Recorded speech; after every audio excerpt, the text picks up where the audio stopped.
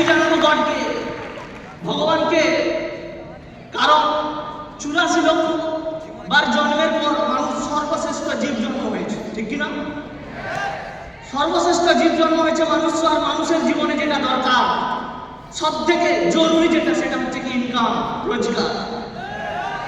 আর এই রোজগারের জন্য 95% মানুষ, 5% মানুষের গোলাম হয়ে গেছে, ঠিক কিনা? থ্যাঙ্কস টু গড স্মার্ট ভ্যালুর মতো একটা সিস্টেম দিয়েছে, যেই সিস্টেম বুঝিয়ে দিয়েছে তুই গোলাম হওয়ার জন্য জন্মাসনি, তুই মালিক হওয়ার জন্য জন্মেছিস, মালিক হওয়ার জন্য জন্মেছিস। জানি না রেকগনাইজেশনের মূল্য কি বোঝে, বাট রেকগনাইজেশন কারা পায়, অ্যাওয়ার্ড কারা পায়? যারা টপ টপ সেলিব্রিটি, যারা একটা, যারা ক্রিকেটার, তারাই পায়, ঠিক কিনা? সারা জীবন ধরে কাজ করে তারপরেও লাখে একজন পায়, সবাই অ্যাওয়ার্ড পায় না। বাট স্মার্ট ভ্যালুতে তৈরি করে রাখেন। আজকে যারা 1 বছর 6 মাস ভালো করে কাজ করেছে তাদের প্রত্যেককে বুঝিয়ে দিয়েছে তুই হাততালি মারার জন্য জন্ম হয়েছিস, তুই জন্ম হয়েছিস এই হাতটা শুধু হাততালি মারার জন্য না, হাতে অ্যাওয়ার্ডটা নেওয়ার জন্য।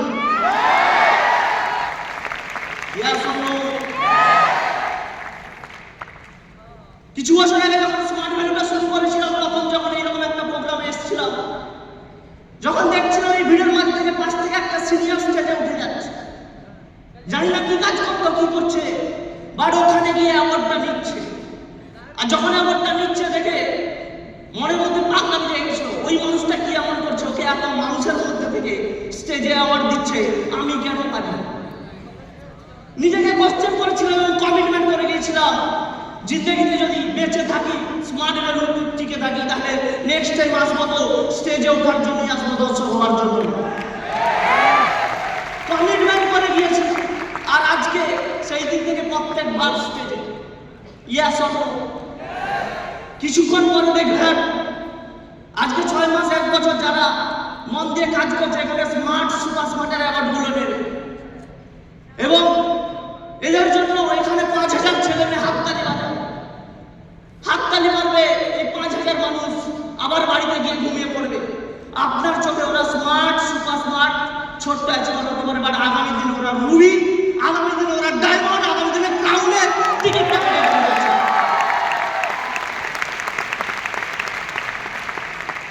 আজ থেকে যখন স্মার্ট ভ্যালু, কিছু বছর আগে স্মার্ট ভ্যালুটা শুরু করেছিলাম, আর বাড়িতে যখন 1500 টাকার ওই চেকটা এসেছিল, 1500 টাকার চেক, বাবা ভালো করে দেখেন, আমরা জানি 1500 পয়েন্ট থাকে, তারপরে আরো 2টো জিরো থাকে। বাবা আনন্দে খুশি 1.5 লাখ টাকার চেক এসেছে। ইহা স্বর্ণ বিন্দুটা দেখতে পারেনি। Thanks to god smart value. ওই দিন হয়তো বাবা আনন্দ করেছিল, thanks to god smart value. আজকে যেই ছেলেটাকে বাইরের মার্কেটে 15,000 টাকা ইনকামের অপরচুনিটি নেই, পায় না, সেই ছেলেটা 2 আইটা মিনিমাম 1.5 লাখ টাকা কামাই পার মান্থ, এবং আগামী দিনে এটা 1.5 কোটি টাকা গিয়ে পৌঁছবে। অনেকে রেকগনাইজেশনের এই মানেটা বোঝে না। রেকগনাইজেশন মানেটা বোঝে না। রেকগনাইজেশনের মানে যারা অ্যাওয়ার্ড পাচ্ছে শুধু হাতের তালি মারা নয়। রেকগনাইজেশনের মানে হচ্ছে আজকে যে ভুলগুলো করেছি, এই বছর আমি স্টেজে আসতে পারিনি, সেই ভুলগুলোকে রেকটিফাই করা। যে ইমোশনগুলো আজকে এতদিন দেখতে পাইনি, সেই ইমোশনগুলোকে দেখা। আজকে যতগুলো মানুষ নেগেটিভ মেরেছিল, তার থেকেও বেশি মানুষের হাতের তালি পাওয়া। Yes or no? হাতের তালি পাওয়া, নিজের কাছে নিজেকে কমিটমেন্ট করা, ইমোশনগুলো দেখা, যে নেক্সট টাইম যতবার আসবো স্টেজেই আসবো, নিচে আর থাকবো না, নিচে আর থাকবো না। ওই রেকগনাইজেশন প্রোগ্রাম, ওই বিকাশ ঘোষ যখন প্রথম ওই সালের প্রথম রেকগনাইজেশন দেখেছিলাম, যাই না প্রত্যেকটা মানুষের সাকসেসের পেছনে কিছু না কিছু মানুষের হাত থাকে। আজ স্যার আইজাক নিউটনের পেছনে তার মায়ের হাত ছিল। আজকে যদি দেখা যায় সচিনের পেছনে তার গুরুর হাত ছিল রামানন্দাচার্য, বিবেকানন্দের পেছনে ছিল রামকৃষ্ণ দেবের। আজকে সুজিত মাইতির সাকসেসের পেছনে একটাই মানুষের হাত, সেটা আর কেউ না, মিস্টার বিকাশ ঘোষ। ওই মানুষের একটা কথা, ওই মানুষের একটা কথা দিন ছুঁয়ে গেছিল, একটা মৃত মানুষকে দ্বিতীয়বার পুনর্জন্ম দিয়েছিল। আমি খুব ভালো মানুষ, আমি অনেক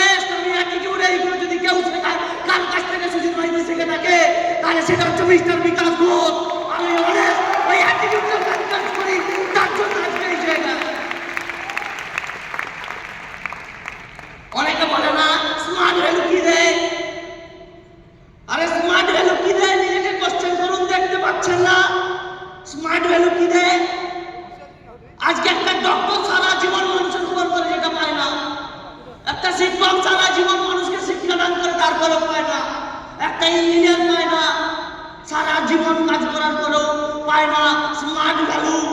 সেই ছেলেটাকে সেই রেসপেক্ট, সেই সম্মান, সেই ৫,০০০ মানুষের হাতের তালি দেয় এবং নিজের আইডেন্টিফিকেশনটা তৈরি করে দেয়।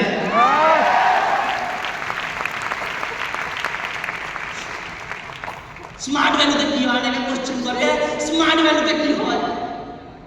স্মার্ট ভ্যালুতে মাত্র ৫টা বছর দিয়েছিল, ৫টা বছর স্মার্ট ভ্যালুতে দিয়েছিল। আজকে বাইরে ১৫ লাখ টাকার গাড়ি চড়ে এসেছি কলকাতায়।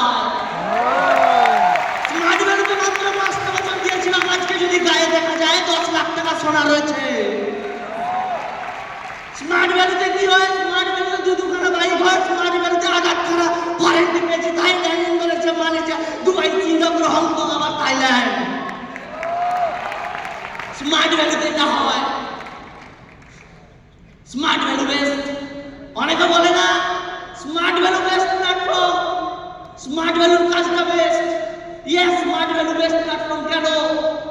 কারণ যেই প্ল্যাটফর্ম ৫,০০০ নয়, ৫ লাখ নয়, ৫০ লক্ষ মানুষকে জীবিকা নির্বাহ দেয়, সেই সিস্টেম তো বেস্ট অফ দ্য বেস্ট হবে, বেস্ট অফ দ্য বেস্ট হবে। কাজটা কেন বেস্ট?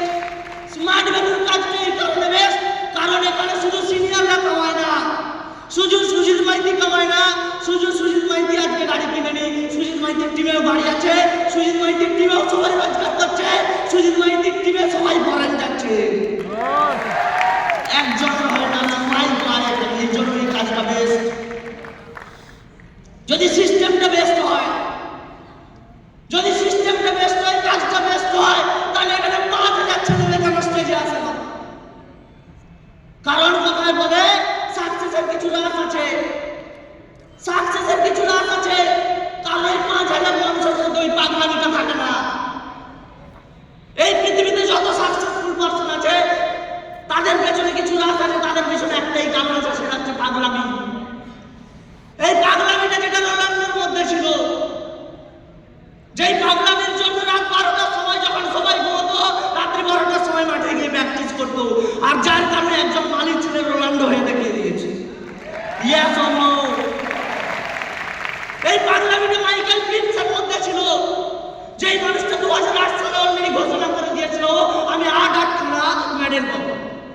বাট মিডিয়া ওই কথাটা শুনে মজাক করেছিল, আর ওই মজাকটা শুনে ওইখানে জবাব দেয়নি, চ্যালেঞ্জ নিয়েছিল। চ্যালেঞ্জ পাগলামি। মোটিভেশন নিয়েছিল, রোজ ১২ ঘন্টা করে প্র্যাকটিস করতো, রোজ ১২ ঘন্টা। মানুষ ২ ঘন্টা জলে থাকতে পারবে না, ১২ ঘন্টা পার ডে প্র্যাকটিস করতো।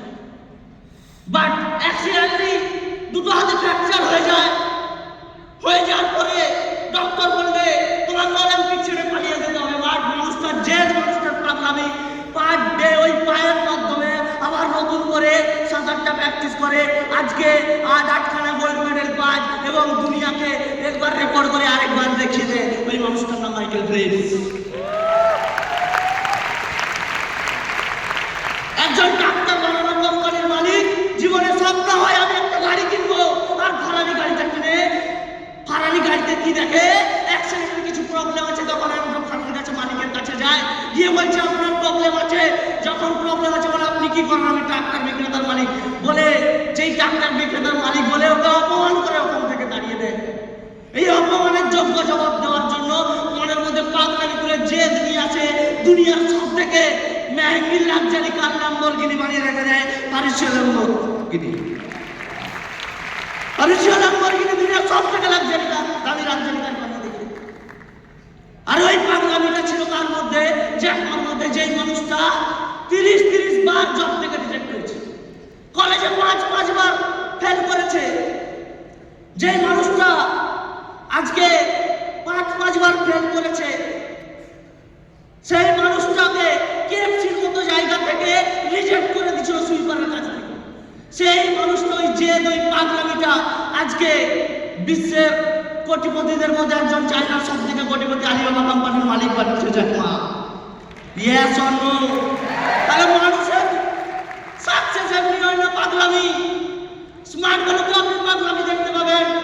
আজকে ভৌমিক স্যার, অমিত স্যার, আজকে এই মানুষগুলো সত্যি পাগল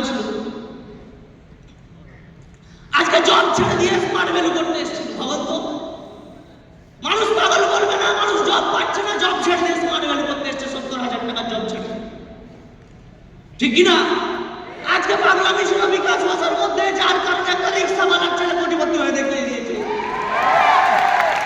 বলছে জীবনে যদি তোমাকে সাকসেসফুল হতে হয় এই পাগলামিটা দরকার, জীবনে যদি সাকসেসফুল হতে হয় তাহলে এই পাগলামিটা দরকার। বলছে সাকসেসফুল সবাই হতে চায়, বাট সবার মধ্যে এই পাগলামিটা থাকে না। বলছে সাকসেসফুল হওয়ার জন্য যদি এই জেদ, এই কনফিডেন্স, এই পাগলামিটা তোমার মধ্যে থাকে, তুমি একদিন সাকসেস পাবে। অনেকে বলে না দাদা আমার দ্বারা হচ্ছে না, আমি পারছি না, আমার দ্বারা হবে তো। কেন ভাই? তুমি কয়েকটা জিনিস দেখে নাও, ভগবান তোমাকে কি দুটো হাত দিয়েছে, দুটো চোখ দিয়েছে, মুখে কথা বলতে পারো।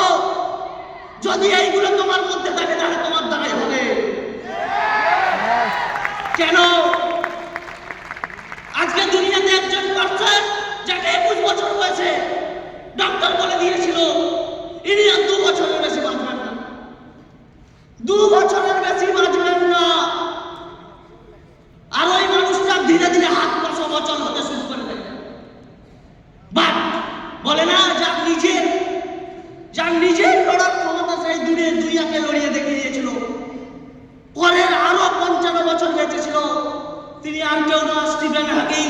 দুনিয়ার সব থেকে টপ মোস্ট একজন সায়েন্টিস্টদের মধ্যে একজন স্টিফেন হকিং। যার নিজের চলার ক্ষমতা ছিল দুনিয়াকে নাড়িয়ে দেখিয়ে দিয়েছে। আজকে একজন সাকসেসফুল পারসন যার জন্মসূত্রে পা নেই, যার জন্মসূত্রে হাত নেই, আরে আমার আর যদি 2 হাত বেঁধে 2 হাত পা ফেলে রাখে, এক জায়গায় বসে থাকা ছাড়া কোনো কাজ আপনার থাকবে না। Yes or no?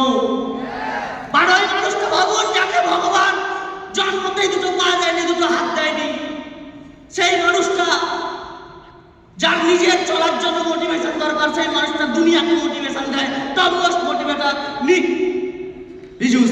হ্যালো, নিক ভিজুস টপ মোস্ট মোটিভেটর, ওয়ার্ল্ডের 60খানা দেশে গিয়ে মোটিভেশনটা দেয়। আজকে যদি আমরা অন্ধকার ঘরের মধ্যে বসে থাকি, এই অন্ধকার ঘরের মধ্যে যদি লাইটের মধ্যে যদি হঠাৎ করে লাইটটা চলে যায় রুমের মধ্যে, তাহলে আমরা কে কোন দিকে যাবো খুঁজে পাই না। হ্যালো, ঠিক কিনা? খুঁজে পাই না।